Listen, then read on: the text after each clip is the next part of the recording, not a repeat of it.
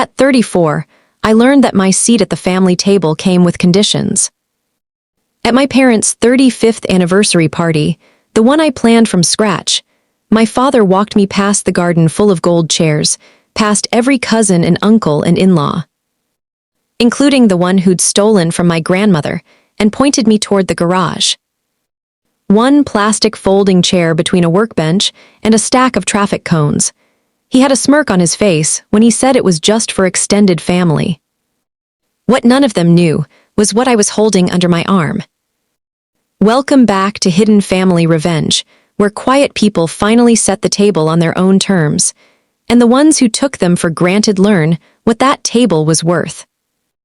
If a story like this has ever been yours, you already know the feeling.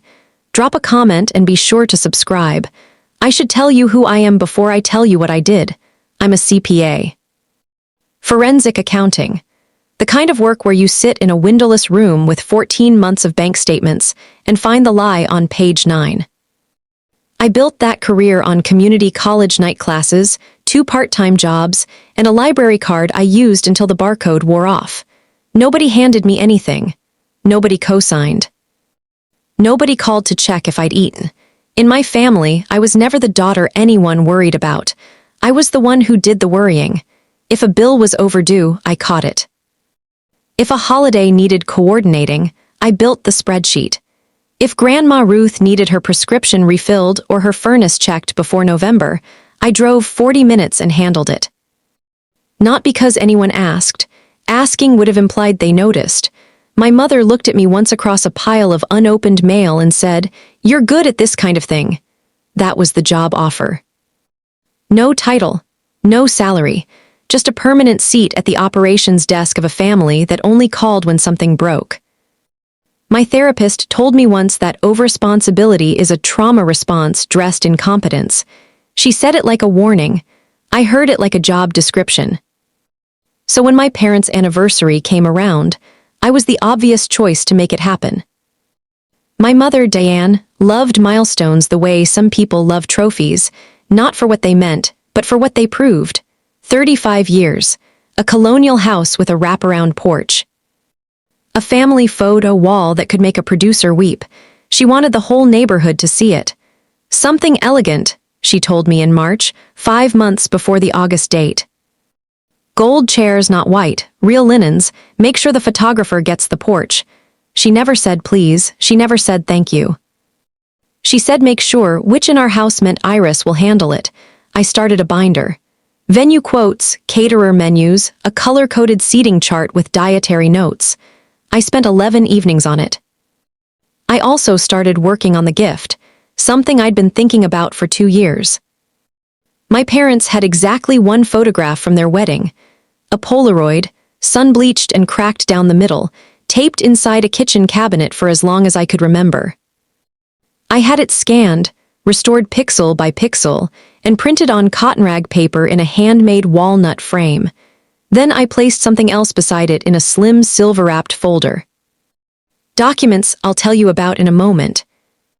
The gift sitting on my passenger seat that Saturday was the most expensive, most personal thing I had ever made for 2 people who had never once asked what I wanted for my birthday. Let me tell you about the rest of the family because they matter. My father, Gerald, is 63 and has never entered a room without counting heads. Not because he's anxious, because he's measuring. He needs an audience. He coached Little League for 9 years even after my brother quit after 2. He ran for town council twice, lost both times, and still calls himself civic-minded. The man does not fear a microphone. He fears an empty chair. My mother is different. She grew up poor, genuinely poor, and she carried that scarcity into everything. In her math, love is a finite resource. You put it where the return is highest. My brother Danny was the return. Handsome, easy, effortlessly liked. He had never organized a single family event, paid a single vendor invoice, or driven Grandma Ruth anywhere. He showed up, smiled, and got the best plate. The system worked for him, so he never questioned it. And then there was my cousin Marcus, 29, on and off unemployed, and the proud owner of a history that included pawning Grandma Ruth's garnet earrings, while she was in the hospital for a hip replacement. My aunt begged Diane to forgive him. Diane did, because family is family. Marcus sat at Thanksgiving 3 seats from the grandmother he'd robbed and asked for seconds. Nobody blinked. That was the architecture. Gerald needed witnesses. Diane allocated love by return on investment. Danny collected dividends. Marcus got pardoned. I got the spreadsheet. There's a lake cabin, about 90 minutes west of our house. Cedar walls, a stone fireplace that pulled left, and a dock that creaked in a way that sounded like a song when you were 9 years old and didn't know any better. Every foster family holiday worth remembering happened there. When my grandfather passed, the cabin went to Gerald. And Gerald forgot to do the one thing my grandfather told him, pay the property taxes. By 2019, the cabin was 3 years delinquent. The county had sent 2 notices. Gerald threw them away. I found the tax lien notice in the recycling bin under a pizza box. I didn't ask permission. I called the county assessor, set up a payment plan, and over the next 4 years cleared the full amount, the back taxes, the penalties, the special assessment for the septic system. $11,400, paid from my own account in quarterly installments. I kept every receipt. I sent Gerald certified letters documenting each payment. He never signed for one. My mother signed for 2. Neither of them called. I didn't tell anyone because nobody asked. And in this family, not asking was the same as not caring. Every Christmas, Gerald stood by that fireplace and told the story of my grandfather building it with his own hands. He never mentioned who kept it standing. The Wednesday before the party, I sat at my kitchen table and slid the last piece into the silver folder. The restored wedding photo, crisp and color-corrected, mounted on acid-free backing. And beneath it, the cabin documents, the paid-in-full tax certificate, copies of every canceled check and certified mail receipt. And a handwritten card that said, 35 years of this family, here's 35 more. The cabin is clear, free, and yours. Love, Iris. I sealed it, wrapped it in silver paper, and tied it with linen cord. I held it for a moment and imagined my father's face when he opened it, not the smirk, the other face. The soft one I'd seen twice in my life, the one that said I see you. I thought this gift might unlock it. I thought 35 years of marriage and 4 years of quiet tax payments and 1 impossible photo restoration might finally add up to enough. Enough for what? I couldn't have told you then.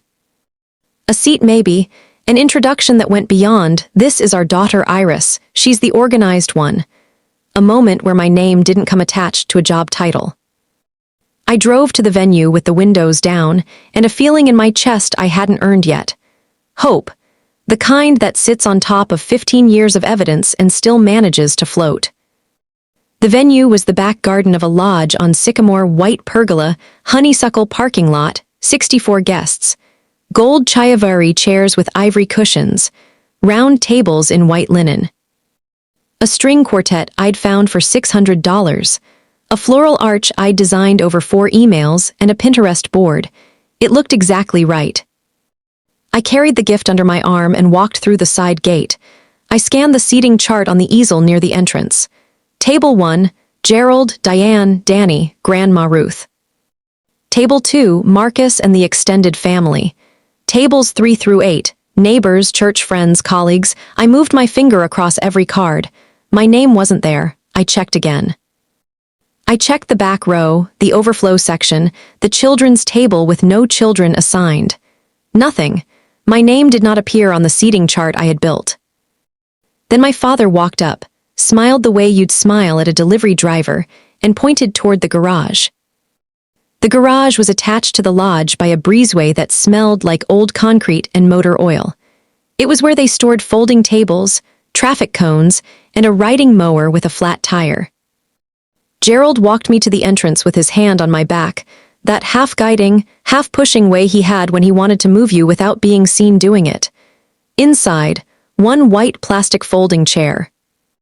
Positioned between a paint-stained workbench and a stack of orange traffic cones. No table, no place setting, no name card, a fluorescent tube overhead buzzing at a frequency that made my teeth ache. "It's just for extended family," he said. 5 words. Said the way you'd explain a seating policy on an airplane. Like the garage was business class, and the garden was first, and I simply hadn't earned the points. He adjusted his cufflinks and walked back to his gold chair. I could hear the quartet starting up through the wall. Vivaldi. I had picked that piece. I'd sent the quartet leader 3 versions of the set list. And I was hearing it through cinder block, standing next to a lawn mower, holding a gift I'd spent 2 years making. I sat down. The chair pinched immediately. I set the gift on my lap and looked out through the breezeway toward the garden. I could see Grandma Ruth in her wheelchair at table 1, her hands folded, her eyes scanning the garden the way she always did, looking for me. I could see Marcus at table 2, leaning back in a gold Chiavari chair with his legs spread wide, laughing at something, holding a champagne flute. Marcus, who pawned Grandma Ruth's garnet earrings, the ones her husband gave her in 1974, at a shop on Route 9 for $215. Marcus had a gold chair. Marcus had a place card. Marcus had a cloth napkin and a view of the floral arch I designed. I had a folding chair next to a can of rust primer. The quartet played through the wall. Glasses clinked. Someone made a toast I couldn't hear. The party I had built, from a binder, 11 late nights, and $600 worth of string quartet, was happening 30 feet away from me. I sat there for 11 minutes. I counted.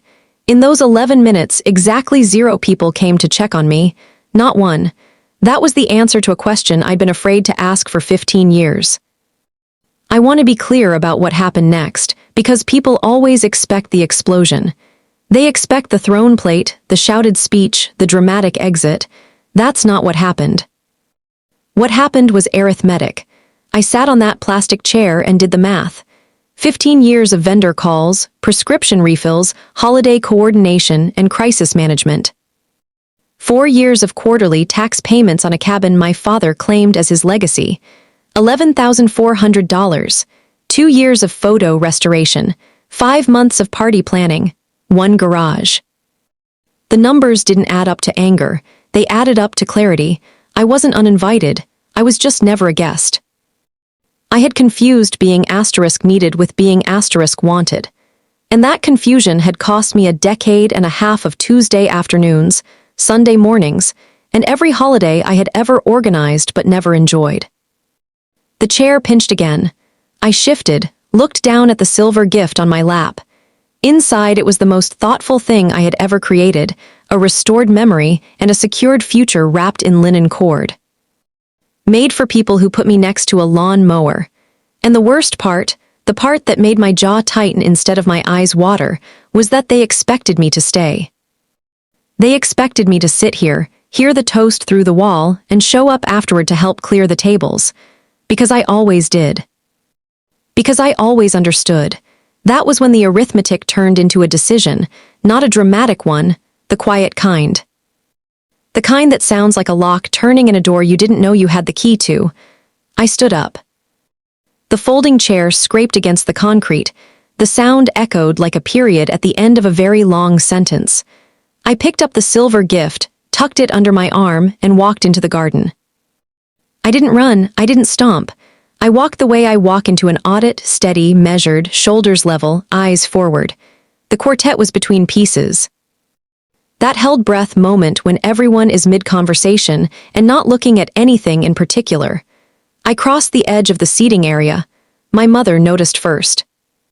She always noticed movement before she noticed people. Gerald looked up. Danny paused mid-laugh. I walked past table 1. Past table 2, where Marcus was picking apart a crab cake with his fingers. Past the guest book I'd assembled. Past the floral arch I'd designed. Past the bar setup I'd coordinated. And toward the gate, I heard my mother's chair scrape, her heels on the flagstone behind me. Iris, I kept walking. Iris, wait, don't do this in front of everyone. I reached the gate, turned around. She was 3 steps behind me. Face arranged in the expression she wore when someone was about to make her look bad. Half smile, tight eyes, hands slightly raised like she was calming something unpredictable. You always understand, Iris, she said, like a password. Like the magic phrase that had always made me sit back down, I held up the silver gift so she could see it clearly. Then I said 2 words. "Extend this." I turned around, walked to my car. She did not follow. That night I sat on my couch with a glass of water and my phone face down on the cushion beside me. I looked at it anyway. The family group chat had 47 new messages. I scrolled past the noise, "Great party, love you all," a blurry photo of the cake, and found the thread underneath. A side conversation from 6 days earlier, buried below the main chat. I'd missed it because my phone filters admin messages to a separate tab. The thread started with my mother. "Seating update. Iris can sit in the side area. She won't mind. She'll probably be running around helping anyway." My father replied, "Put her in the garage, more room for the Hendersons." Danny's response was a laughing emoji and 3 words. "She'll understand, lol."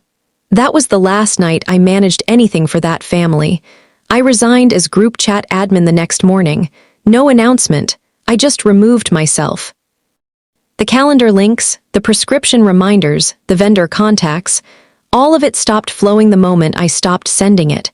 Within 2 weeks, they discovered what I had actually been doing. The florist called about an unpaid balance on the arch, a final invoice I had always handled automatically. Nobody knew it existed until it went to collections. Grandma Ruth missed a podiatrist appointment because no one had thought to arrange her transport. She'd assumed I would handle it. She'd always assumed that, because I always had. The cabin property tax came due in November. Gerald couldn't find the payment history.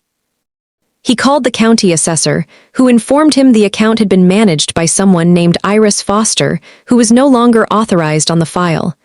Gerald called me. I didn't answer. He called again. I let it ring. On the 3rd call I picked up. He didn't apologize. He asked where the paperwork was.